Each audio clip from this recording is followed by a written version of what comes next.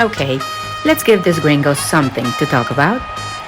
From the headquarters of the Wheel of Iron Golf Foundation for Military Vets, it is time for the Wheel of Iron podcast with your founder and host, Jeff Spadafora, aka Spaddy. 2, 3. Welcome to the Wheel of Iron podcast, an uncensored space where military veterans share their stories, proving that where there's a will, there's a way. Today, we want to welcome our first guest, Sean Keane, Command Sergeant Major, U.S. Army retired, a 31-year Special Operations veteran turned entrepreneur. First, thank you for your service, Sean. Can you give us a little bit of a background? What's your bio?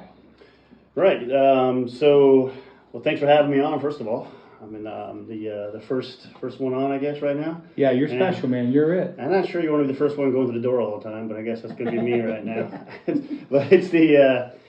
So if we're kicking down doors, you're going in. Kicking door. Everybody wants to be the number one man, so the number one man gets shot. And like, I don't want to be the number one man anymore. So I spent 31 years in the military. Retired about three years ago now, 2021. Went in. I signed up when I was 18. Right in, and I was originally going to go into non-SOF ADA. So I was going to be a Black Hawk missile tech because I thought in my young days I need some advanced stuff when I get out of the military to work on advanced stuff, right. you know, technology. And then I ran into two individuals who completely changed my world when I saw what they were capable of doing and how they handled themselves. And they were two special operations guys, Army Special Operations, a Green Beret, Rangers, combat divers. They had everything, and they were so competent. I was like, I want to be one of those guys. And that's what kind of drove my world. And I went in at 18, 19 into Special Operations, and I spent my entire life moving up to command on the teams, different command levels, and moving around the world, having an amazing adventure. Because everything I looked at in my life was, to be honest with you, as an adventure. Right. You know, what's the next adventure kind of piece, you know? So after 31 years, I'd imagine you saw a lot of different things around the world that we see on TV and maybe don't even know about, right? True. Or do know about, but... It's true, and it's interesting in that world is that it's just like pouring milk on a cereal. It's what you do, and you don't think anything outside of that. You know, so when people ask you questions like, well, that's what we did. I don't understand what's common. Isn't that common sense? Right. And people are like, no, that's not common sense. It's just what people you don't did do every that. day. Yeah. So we did it every day. So it was just kind of that mentality we had. So nothing was ever a surprise to me. It was like, well, that's what we do. You know. So let's back up a little bit. So you were a military brat. Yes. You know, the main reason was the main reason you joined the armed forces. My father never really forced me. As far as I remember, you know, he did 37 years, retired colonel. My brother did 20. He was an Apache pilot. And then my grandparents, because my parents are first generation American, they immigrated over from Ireland. But my grandparents and my relatives, uncles, they served in the British Army and also with the Irish Republican Army before it was a terrorist organization back in the day. Wow. So we have IRA medals from back in the day hung up and so forth like that. So it's kind of in the blood almost in a way.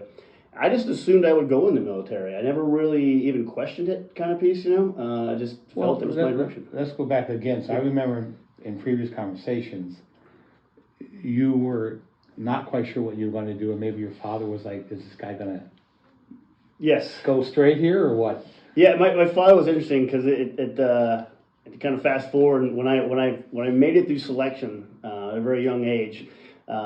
My father almost seemed surprised.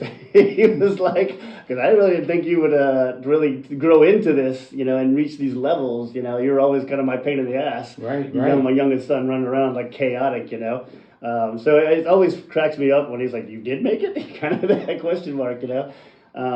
But yeah, he always kind of, I wouldn't say pushed that way, but there was so many things leading up to obviously living that military life growing up, right. You know, and being a part of that. I think it was just a natural transition to go into the military. So you spent about 60% of your life more than that, right? In the military? I guess 2/3, so, what was the main reason it kept you in for so long? Was it the camaraderie? Was it what you were doing?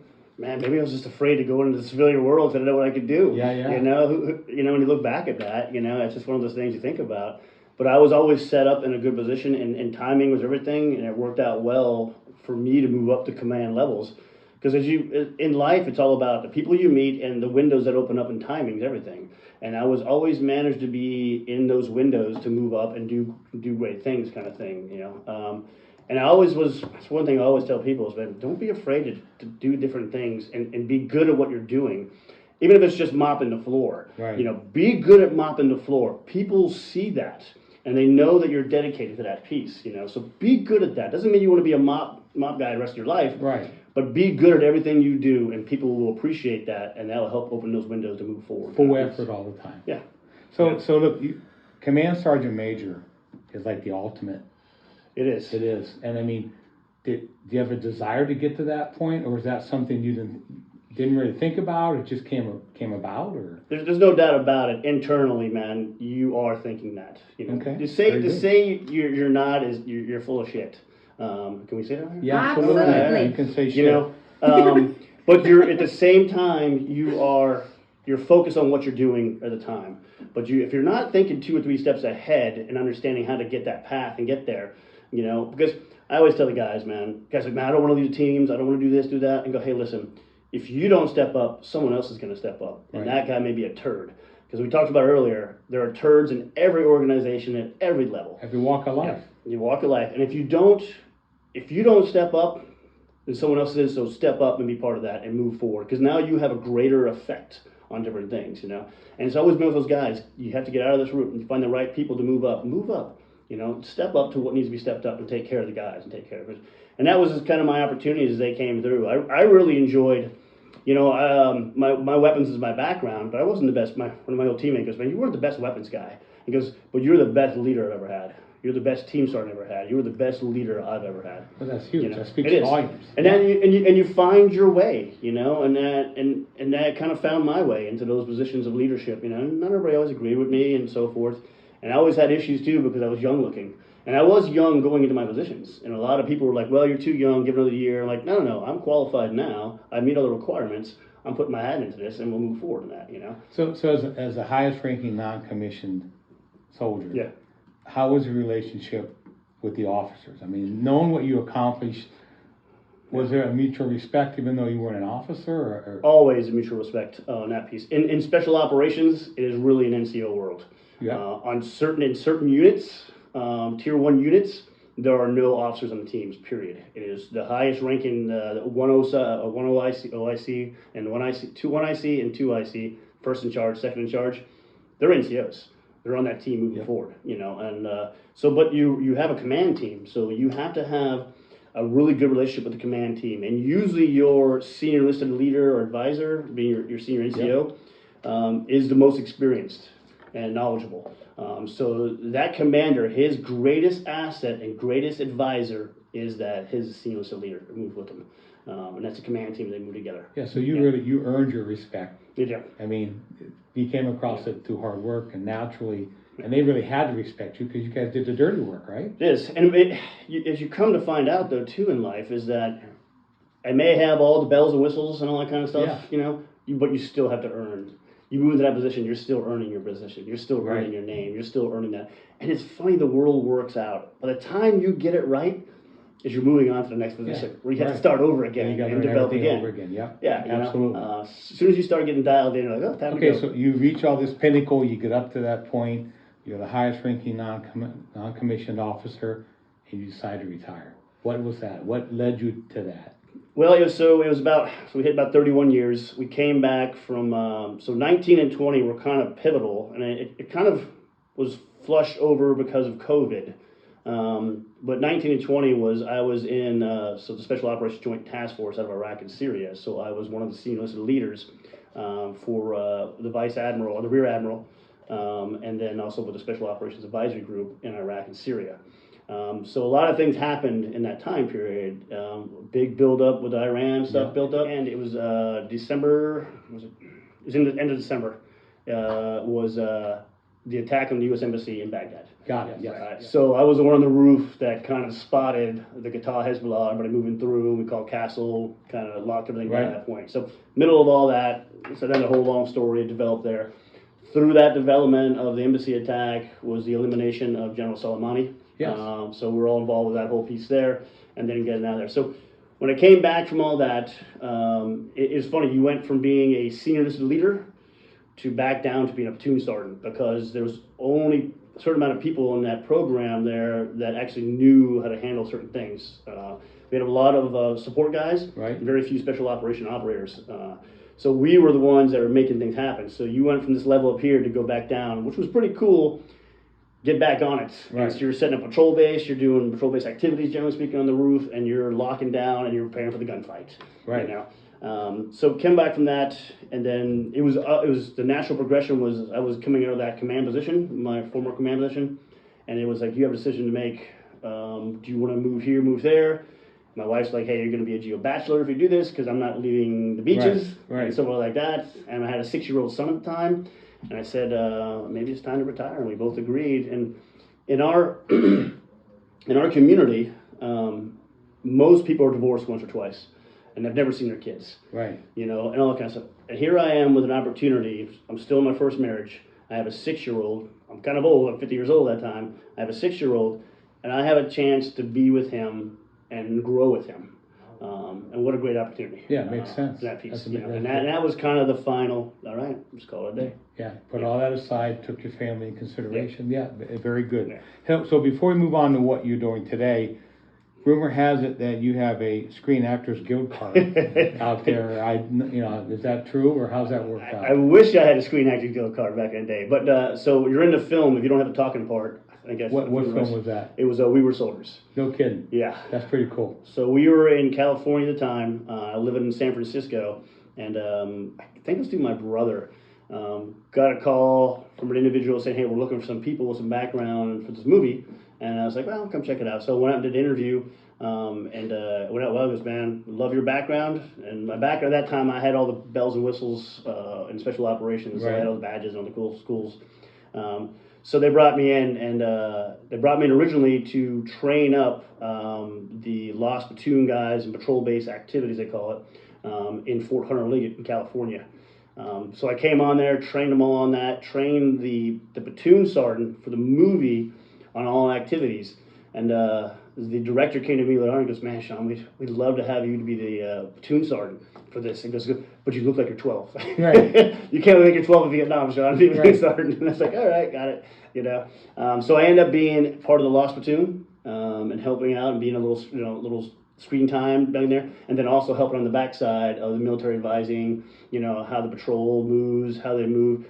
But it's interesting because a lot of the original guys from that time period and from that book came out, and so I got to meet those guys from that battle. No kidding. And you met Hal Moore, yeah? Yeah, they all came out and had a great conversation with them and so forth. Brought my parents out, and they met Mel Gibson and Sam Elliott, and they were excited about that whole thing. So it was pretty cool.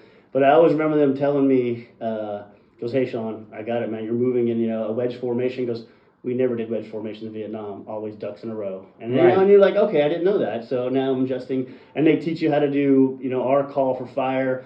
And they were like, Sean, back in our day, they had nothing like you're doing now. A call fire was, hey, this is you, this is me, drop it right here. Right. So you learn from those guys what they did in that time period so that you can adjust it and teach the guys on the ground, being the film guys, working with that. That's pretty amazing. Yeah. That's great. That's great stuff. I love that.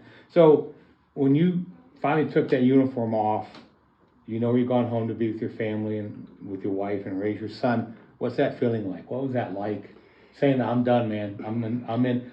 Like you all can't see this, but Sean's got long hair. He's a surfer-looking dude. He's got a flowered shirt on. He's relaxing, all calm. So, but before you got to this state, so when I retired, it was a weird period, right? So I retired. I came back in when we came back in January, February of 2020. I went into leave, and I started to kind of work the process of medical and all that kind of stuff for my retirement and this, that. And on March 14th, I was at the Players, the TPC, the Players Championship on Thursday, and my friend got VIP tickets. We're hanging out in there, and it was the only day of the Players Championship that year that people were allowed on the course, because the next day COVID hit, and everything stopped. Yep. There was nobody at the Players Championship, and it just changed everything. So I couldn't do my medical as easy. Everything changed. So it didn't have that natural progression that you normally have, because now you're stuck in COVID. So it was a weird period. everybody's stuck, so everybody drinks a lot and hang out at the house and blah, blah, blah, so Yep. it didn't have a whole lot of time. It was suddenly the world stopped. And what really kind of bothered me about all that was that I just came from a location that you're pretty secured and you're limited on your access to freedom of movement unless you're doing operational pieces and stuff like that. And now suddenly I'm stuck in the same thing back home. I can't go down to the coffee shop. I can't go do this. I can't do this. Now I'm stuck back in that. And I came home that I wanted that freedom of movement, but I wouldn't allow it, and I couldn't have it. And so it was a weird kind of transition to come back to that, and that COVID How long did that take to get through that? It took a little while. I'm probably still going through it right now. But Yeah, I know, you right? know? Okay, well, how long did it take to kind of get to where you can handle it? It didn't take that long. It's kind of hard because you think about the COVID days. It was just kind of a blip now. It's like, does this really happen? Yeah. Kind of period. But it didn't take too long. But your mentality goes up and down, just trying to figure things out. And we talked about passion and relevancy, kind of thing. And so trying to find your next thing, right? And you got to try things. If you don't try things and you don't know what the next door is that you're actually supposed to go through to finding your way, and I ran for mayor. I ran for mayor of Atlantic Beach, Florida. I didn't win. It was like 60 days out from probably a little more than 60 days out from the actual election. And a lot of people had backed me up and to go do this. And man, we built a campaign fast. Me and my buddy built it. A friend of mine, David. Never been a campaign manager before, and we kind of figured things out and we rolled with it, And it was nonpartisan, but there was 3 people running. I was kind of like the loose goose, generally speaking. There was a left and a right, and I lean right, but I was trying to come down the middle and kind of pull from both sides, being a common sense kind of thing. And it was very interesting. I didn't win. For good reasons, and there were other family issues too that kind of built behind that, and so you have to make hey, Sean, you committed to retire to focus on your family, and now suddenly you're being selfish again. You're running for mayor, and now you're not thinking about your family, and that became up a couple times. And I'm smart, and I go, no, you're right, honey, you're right, and I've kind of lost that point. So it's actually a good thing you lost. It did. Allowed you to go back to the main reason you retired. Exactly. Right? So now transitioning that, so Irish through and through, pretty much. Mom and Dad came from Ireland. Born and raised in Ireland. How does this guy with this Irish background think about making mezcal in Mexico, sleeping out in the fields with all these folks, and becoming a junior mezcalero? Okay, Yes. how'd that come about? It it was the focus was, again, we talk about family, right? So I'm 53 now, retired at 50. It was that focus of going, I've earned. In my life and experience, I've earned the right to sit down and have a good quality drink. Right. Quality, right? Without taking myself 4 or 5 steps backwards. I was drinking a lot of bourbon, Irish whiskeys, IPAs, and I could feel it on my gut health. I could feel it changing who I was, And I probably drank too much. There's 1 or 2, but when you're drinking 6 a night, old fashioned, stuff like that, it changes you dynamically, right? Yeah. Absolutely. So I kind of figured out, hey, again, selfish, right? I gotta step back, open your aperture. What am I doing this for? My son, my family. I had to shift gears, and I thought shifting gears would be go to focus on tequilas. So I focused on tequilas to get away more gut health and get away from the browns, some of that, and focused on gut health, not Latin people. Well, I'll say something later. Hey, let me interrupt. There's a common theme here, right? So I was told once that you guys are A to B people. Yeah. And that's what we're talking about, right? You need to get from A to B. Right. You need something to get you from A to B because that's what you were trained, right? 31 years. Yeah. Right? That makes... Yep, you're right. And it got you into this program. So second part of this is, not only do you go down there, and folks, hopefully you'll see a picture of Sean. He really does look like a surfing dude. Like he's about 2 blocks away from the beach and he's ready to go. I do surf. And he does surf. He's a surfer. He actually teaches folks how to surf, young kids. And he went down into Mexico, into the fields, and tell us about that. He became a mezcalero in training. In training, an apprentice in a way. So developing the tequila side of the house, I fell in love. Well, and mezcal found me, and it was kind of based on when you come from a community of quality, right? You're always looking for quality, right? You're always pushing the envelope, looking for quality, kind of thing. In a world of convenience and people were skipping steps left and right, I just was turned off by all that. But when I went down, my final piece of engagement to decide that I'm going to create my own label and do this mezcal thing, besides the gut health and all that kind of stuff, was when I went down and saw the process, and I met the Maestro Mezcalero way out in a small town of Mitla outside of Oaxaca City. The 6 generations deep, and it was quality. They didn't skip any steps. There was no machines used, all done by hand, artisanal. And they didn't skip steps to please someone to make a timeline. Right. This is how it's done. This is how we do it. We're not and that's changing how you get it. Kind of thing, you know, exactly. And I fell in love with the quality of that effort right there. And that was the final piece for me going, I want to be in this. How am I going to do this? So how has that helped you with your PTSD? Because I know you were diagnosed with that, right? Yeah. And you took the O'Kahan Agave brand, which I'm going to let you talk more about that. Yeah. How's that helping with that? It is. It keeps me focused. But what I really love about it goes back to the unconventional part of my whole life. And this is an unconventional way I'm doing it, and it's unconventional in the tequila agave world. It's considered an unconventional liquor. You know, compared to the refined element of tequila. This is an unconventional, you know, done out in the fields. There's no fancy machines and fancy things like that, you know. And that's what drew me, and that's what helps dial me in to be able to maneuver these waters. I don't like things just handed to me in a row. It doesn't work for me. I have to be able to, I have a good scheme of maneuver, and then I can adjust as I need to understand things. And I'm learning. And that's what a lot of people, I think, in this business have come to find about me, is that, hey, Sean's learning and he's a sponge, and we love that for that. He doesn't come in with scars of, this is how you do it, blah, blah, blah. I go, nah, not that way at all. So tell us how the name came about. So O'Kahan is actually Gaelic, Irish, for my last name, Keane, and that's where O'Kahan comes from. O'Kahan is a warrior tribe in Gaelic. Fitting, yeah. And my wife actually came with it. So I have O'Kahan stuff in the house here and there, and but she came with, hey, how about O'Kahan Agave? And it just rolled nice. O'Kahan Agave rolled nice off that one. And that's what kind of drew me into it. So it brings that Mexican and Irish spirits together. Because if you really look at the similarities between the Irish and the Mexican, it's very, very similar. And the Irish have a deep history, actually, in Mexican history. If you start looking up how a lot of the Irish from the U.S., because of almost like they were being held against them because they were Irish, they went to Mexico and actually were in the Mexican army and this kind of stuff like that. So there's a lot of history of Irish in Mexico.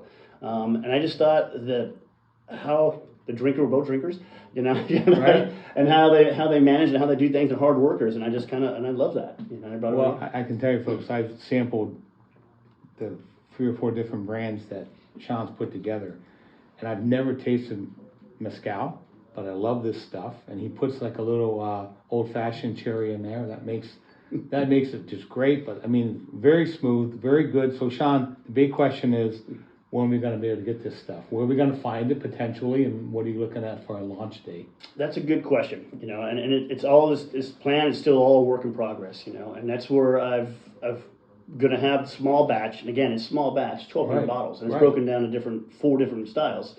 And by the way, we got our bottle, just saying. And so we got the, so it's going to be here in Florida, about 1,200 bottles, and then I'm kind of looking at where's that small footprint going to be, you know. It's the footprint of keeping it in North Florida and then possibly Texas, and kind of developing that. So people are asking how can I get it online. We're trying to get that, trying to figure that out, you know, and how do people, because I have a lot of friends all over the country, everywhere, that want a bottle and be involved with this, you know, and so that's me still trying to figure out. It's going to get to everybody. Just kind of figuring that whole thing out. So what's your website? Where do they need to go? Well, it would be www.okahanagave.com, which would be, O'Kahan is Okahan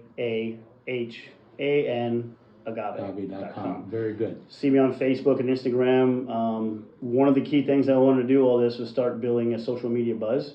And so I'm not a social media person. I am now. You are. Because of the brand. You have to be, you know.